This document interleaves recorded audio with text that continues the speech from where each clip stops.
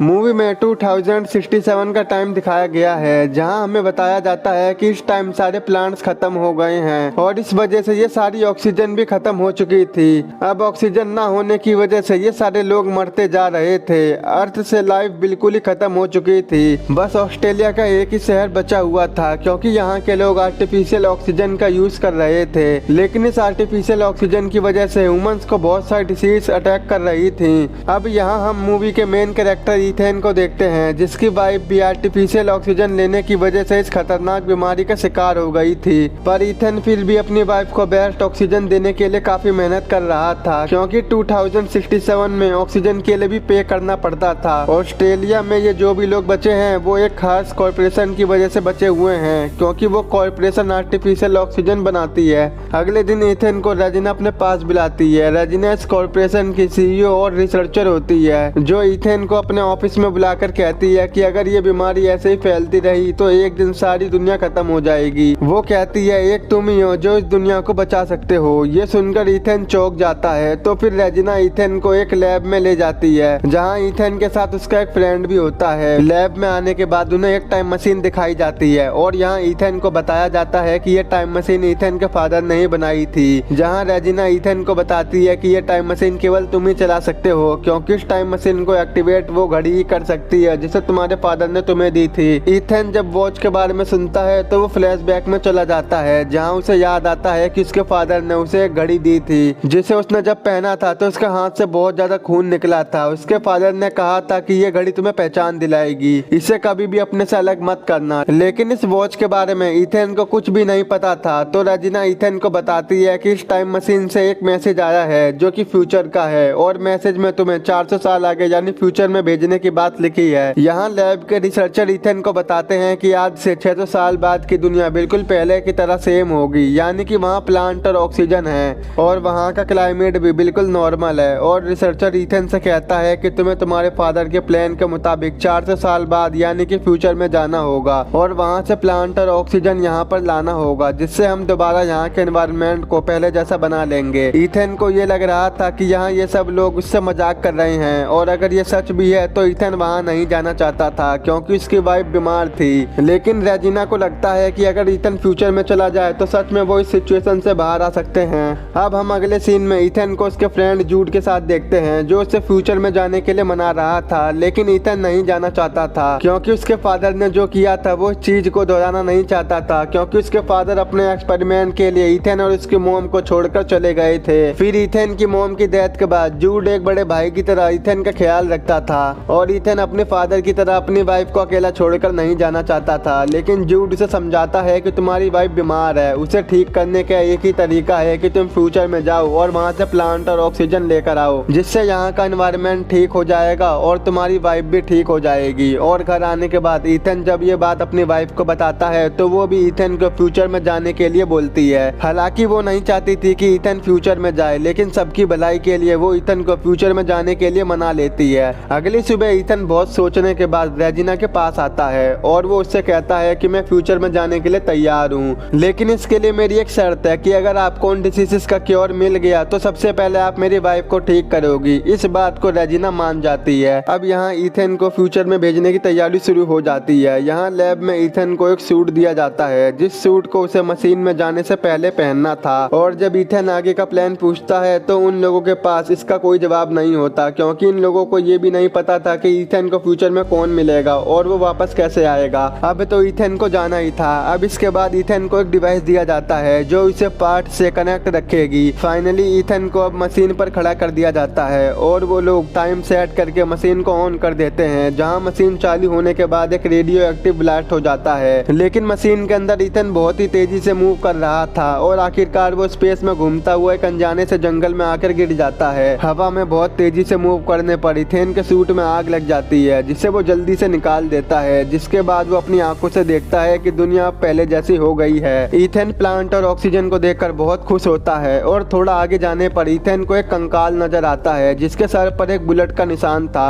और जब वो उस कंकाल की पोशाक से नाम पढ़ता है तो वो बहुत ज्यादा परेशान हो जाता है, क्योंकि वो उसी का कंकाल था। फिर उसे वहाँ से वैसा ही डिवाइस मिलता है जो उसे उन साइंटिस्टों ने दिया था। ये सब देखकर इथेन तो डर गया था और अब उसे कुछ भी समझ में नहीं आ रहा था। यहाँ उसे उस कंकाल के हाथ में वही सेम ईथन जैसी घड़ी मिलती है, लेकिन फर्क सिर्फ लाइट का था। कंकाल की वॉच में हरी लाइट थी जबकि ईथन की वॉच में लाल लाइट थी, जैसा उसने अपने बचपन से देखी थी। और ये चीज देखकर वो थोड़ा कंफ्यूज हो जाता है। अब यहाँ घूमते घूमते रात हो जाती है। ईथन रात बिताने के लिए आग जलाता है। वो वहाँ पर कुछ बेरीज को तोड़कर खाता है, लेकिन वो बेरीज जहरीली होती है जिससे ईथन की तबीयत खराब हो जाती है और ईथन बेहोश हो जाता है। ईथन की खराब तबीयत के बारे में उस डिवाइस की मदद से लैब में पता चल जाता है और जब ईथन होश में आता है तो उसके सामने उसका फ्रेंड जूड था, जिसे ईथन को बचाने के लिए फ्यूचर में भेजा गया था। अगले दिन ईथन और जूड को आगे जाते समय एक दरवाजा नजर आता है। अब यहाँ पर हम देखते हैं कि ईथन का कंकाल जो हमने पहले देखा था वो अब इस दरवाजे के आगे था, जिससे हमें पता चलता है कि पास्ट में कुछ चेंज हुआ था।